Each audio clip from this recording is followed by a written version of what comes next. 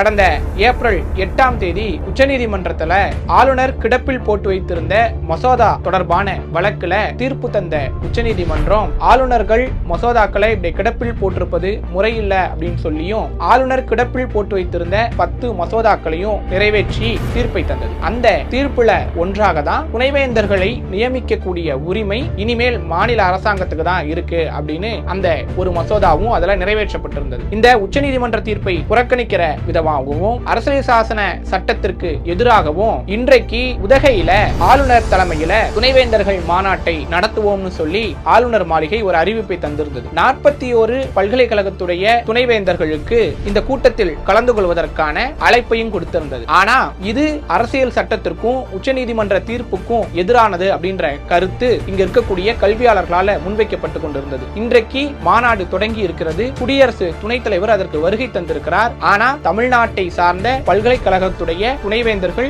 ஒட்டு மொத்தமாக புறக்கணித்திருக்கிறார்கள். மொத்தம் 41 துணைவேந்தர்கள்ல 9 பேர் மட்டும் கலந்து கொண்டிருக்கிறாங்க.